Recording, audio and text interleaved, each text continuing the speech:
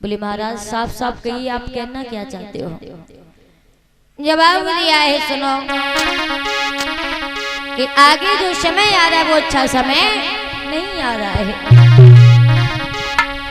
बताया कि अरे हुई जाई सब धर्म रवाना,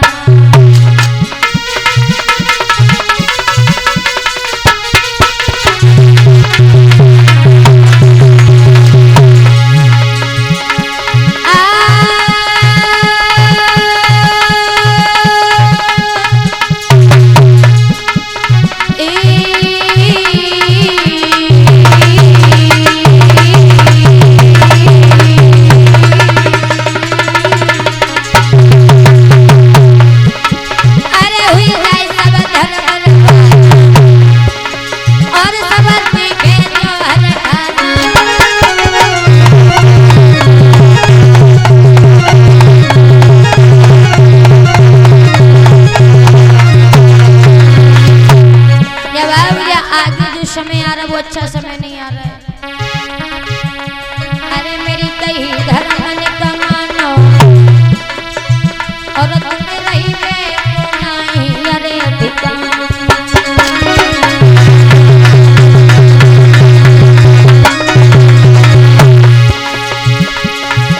ए मुरलीधर ने कही बात सब सही समझाई और कलयुग में अब देखो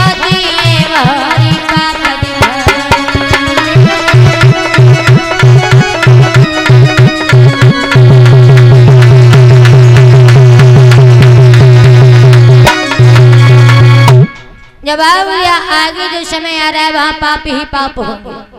आगे आने वाला समय वो अच्छा समय नहीं आ रहा है। इतने वचन सुने हैं तो आज पांचों पांडवों ने सारे राज्य अधिकार महाराज परीक्षित को दिए हैं और मैया द्रौपदी को लेकर के लिए हिमालय चली जाती है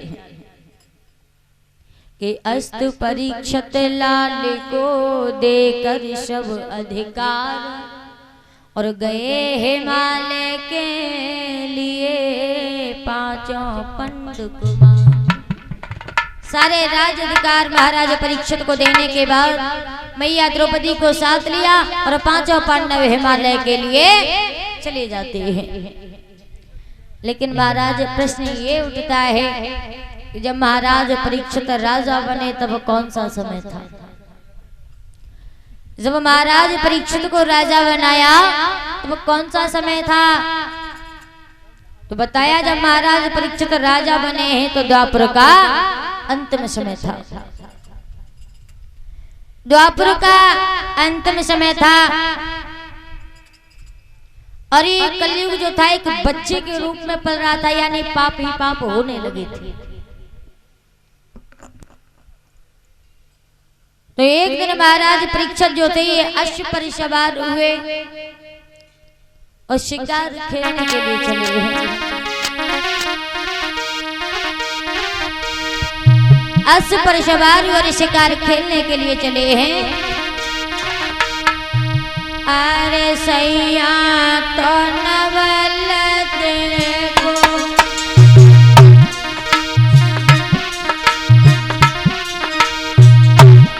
चलो है रे राजा तो नवल देखो चलो है रे वीर परीक्षित।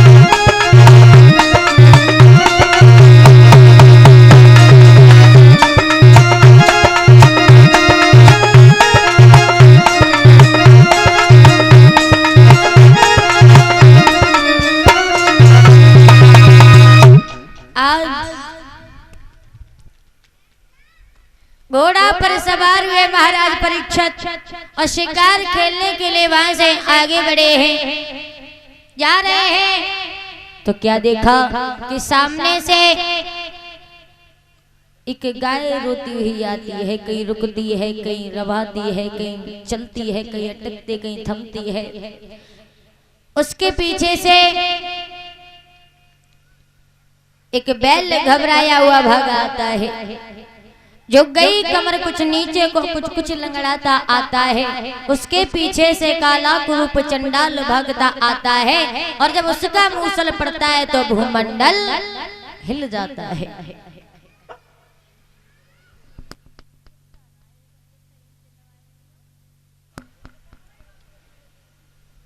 आज गाय को रोता हुआ देखा तो महाराज परीक्षित ने हाथ में तलवार निकाली और पास में पहुंचे। गाय ने जब देखा तो जवाब दिया है कि कौन है आज मेरी लाज बचाने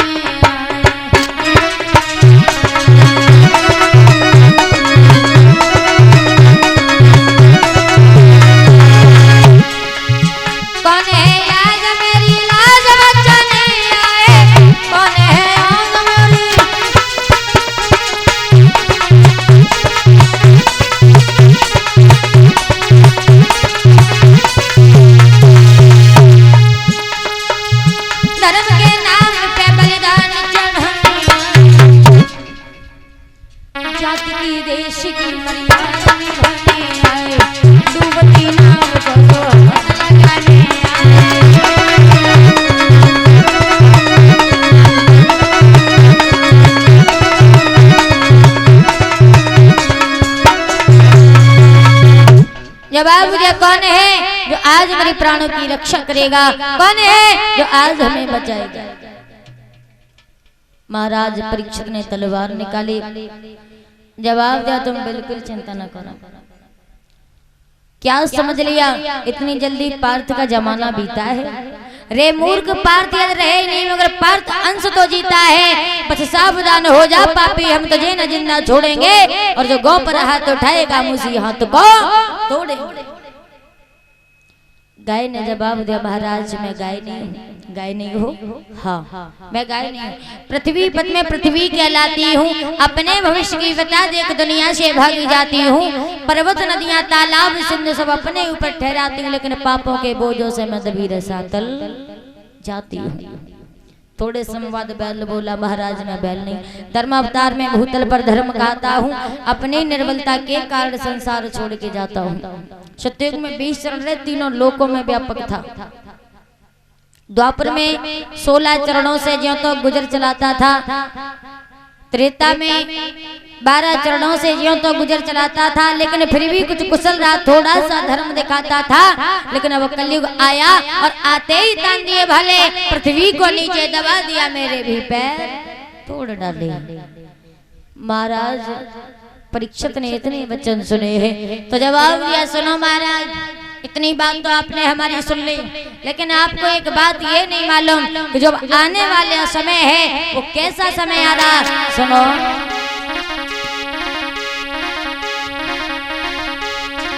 बताया कि आगे जो समय आ रहा है कैसा समय आ रहा है,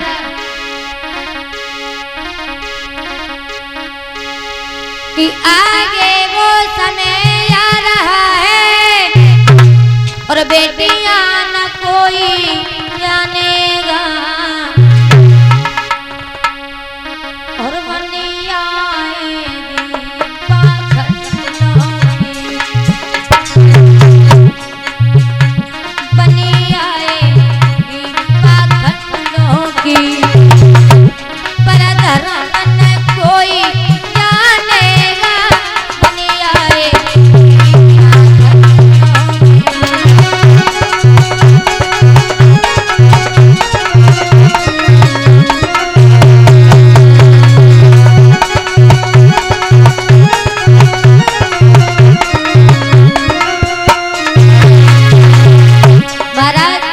आगे समय आ रहा है जहाँ पर पाप ही पाप हो, जहाँ पर ना तो धर्म होगा और ना ही पुण्य होगा।